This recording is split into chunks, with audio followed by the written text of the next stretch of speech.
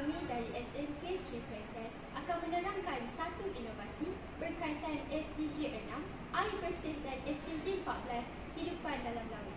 Tahukah anda, buangan darah sedikit, terutama sisa domestik seperti sisa makanan, minyak dan bahan kimia menyumbang kepada pencemaran air di Malaysia.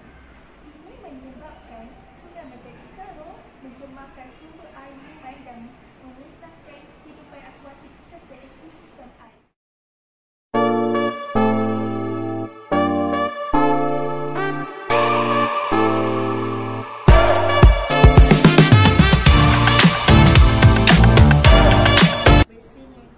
Daripada disensil kita akan menghasilkan air yang bersih tanpa mengeluarkan sisa makanan yang terus ke longkang.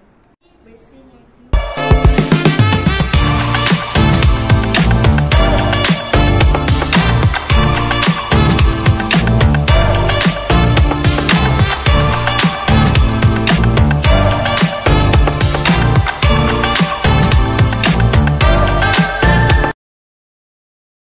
menggunakan bahan-bahan semula jadi seperti bit serai dan sabuk kelapa yang berfungsi untuk mengurangkan bau yang tidak menyenangkan dan mencegah pertumbuhan alga, dapat membunuh bakteria tertentu serta menapis minyak.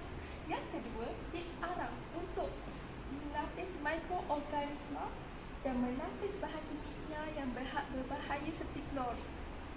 Tiga adalah surat nanas yang berfungsi menapis saraf berpecah, mampu menyerap minyak serta menapis darah halus seperti pasir dan lumpur dan mengurangkan kekuruhan air serta menjadi tempat pertumbuhan organisma yang baik. Yang keempat, grit batang pisang. Ia juga boleh menstabilkan pH air.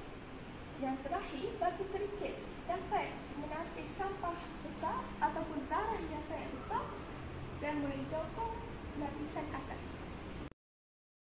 Penapis ini adalah menggunakan 100% bahan asli, mesra alam dan ekosistem. Selain itu, penapis ini juga menggunakan kelestarian alam sekitar. Komponen boleh dijadikan baja dan mudah digunakan. Rumusan, kami yakin yang wujudnya Vision Air Filter menjadi satu titik permulaan kepada kelestarian alam. Ini dapat mengurangkan pencemaran air yang bermula dari rumah atau sekolah terus ke sungai dan menjadi habitat kepada kehidupan dalam air. air yang bersih umpama sungai. Kita tidak menyentuh air yang sama untuk kedua kalinya kerana air yang telah mengalir akan terus mengalir dan tidak akan pernah kembali.